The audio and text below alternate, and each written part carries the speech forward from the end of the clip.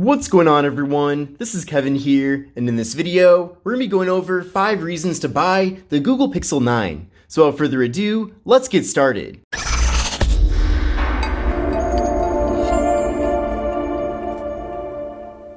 So this is the Google Pixel 9. Now this device just launched very recently, and I did buy it with my own money, and I want to go over my favorite things about this phone here in this video. Now coming in at number 1 definitely has to be the updated design of the device. Now going from the Pixel 8, which was a really good looking smartphone, we have gotten quite a few major improvements here with this phone. The first difference, and probably the biggest difference, is that we're getting very curved corners here on the phone, whereas the Pixel 8 was really boxy. Now there's arguments backing up one or the other. There are definitely pros and cons for having squared off corners versus rounded corners like we're getting here.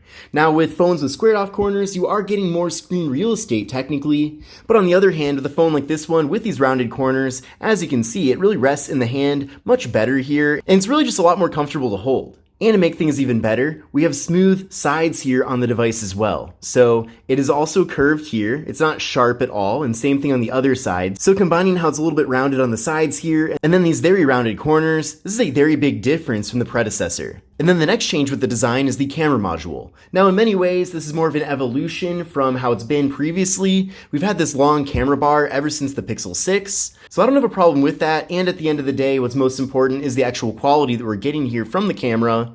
But in this generation here, we do have a slightly different look. I like how the camera bar itself has a green tint to it that does match really well with the rest of the device. Now this is of course the winter green color, and it probably is one of my favorite colors of the Pixel 9, and it's actually too bad this color is not available on the 9 Pro or 9 Pro XL. Now beyond those changes to the hardware, many other things are the same. For example, we do have this button placement that has been a commonality with all the Pixel phones over the last several years. So we have the power button up top here, and then the volume button is actually on the bottom. So it's usually the opposite on literally every other smartphone out there.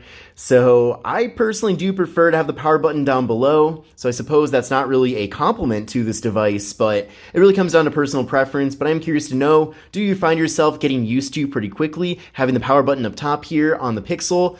Or do you prefer to have the power button down below and then the volume button up top, just like it is on other devices? Now my second favorite thing here with the Pixel 9 is definitely the display. Now this kind of builds on the general design of the device, which I mentioned previously, but you can see here that we are getting symmetrical bezels all throughout. I like how the side bezels aren't different from the top and bottom bezels, so this looks really good, at least from a symmetrical standpoint.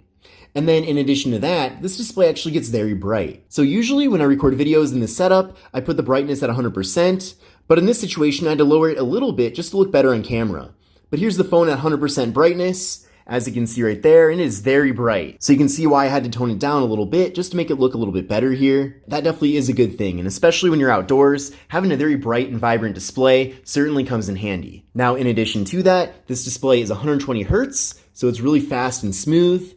And it's an OLED display, and it's also 1080p. So it's super crisp and clear here. We're getting a PPI 422, a 20:9 aspect ratio, so a more narrow but taller form factor, and we're getting an 86.1% screen to body ratio. Now one thing you want to keep in mind though is that if you want to actually get that full 120 Hz, it's actually not enabled by default. So I did enable that.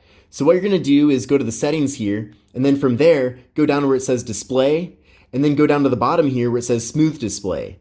So I'm surprised this is not enabled by default, just because it is a really nice feature. Now it does use extra battery, but that's really the only downside with it. But again, out of the box, this is not enabled, so you definitely want to enable that, or at least I think you should. But you can see it's a lot choppier without that faster refresh rate. And while this display is smaller compared to the Pro and Pro XL, it is still decently big at 6.3 inches, and it does feature Corning Gorilla Glass Victus 2, which also makes it extra durable. Now my third favorite thing about this phone definitely has to be the performance. So this time around, we're getting a brand new processor, and it's called the Google Tensor G4. So 4 generations ago, Google did split up with Qualcomm, at least when it comes to having Snapdragon chips in their devices. Now, I personally am a big fan of Snapdragon, and if I had the choice between actually having a Snapdragon flagship processor in this device, I would rather have that.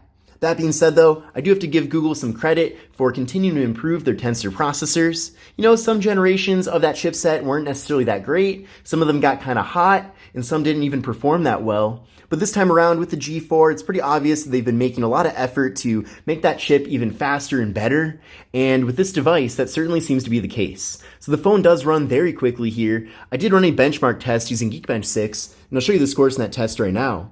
But basically, I got a single core score of 1721 and a multi-core score of 4181.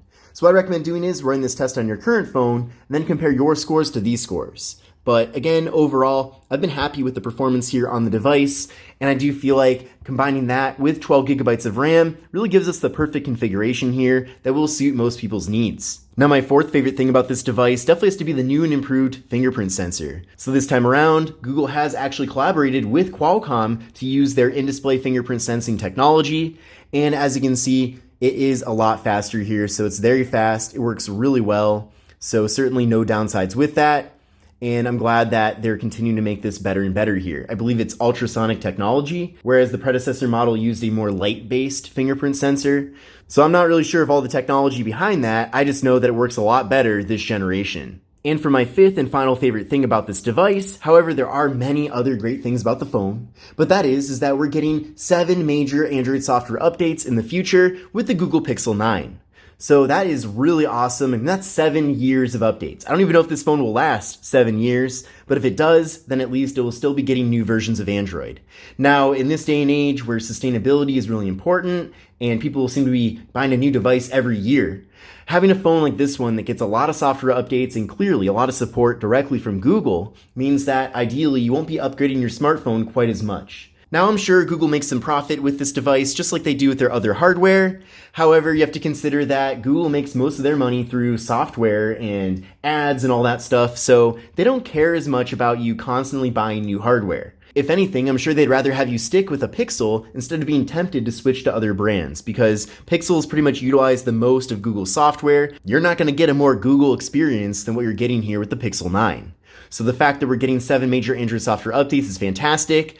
It is a little bit disappointing this phone did not launch with Android 15, which will be out there shortly, but with 7 updates, that really won't be a problem. I'm not too concerned about potentially losing out on one update because technically Android 14 is almost out the door. But I hope you enjoyed my video about 5 reasons to buy the Google Pixel 9. Again, this is an excellent smartphone. I'm really impressed with it so far, and I definitely feel like it's a really good value. Now, I'm already actually seeing some listings of this being available to buy it used, so you might want to even consider going that route. This phone has depreciated quite a bit from its $799 MSRP, and it's literally been about a week and a half since the phone was launched. Actually, less than that. I've had the phone for even less than that amount of time. So I do recommend checking out Swappa and checking out eBay before you happen to buy one brand new, because you might be able to buy one that's just open box for way less than the actual full MSRP. But I hope you enjoyed this video. If you did, give it a thumbs up. Let me know what you think. But this is Kevin here, and I will see you in the next one. Take care and have a great rest of your day.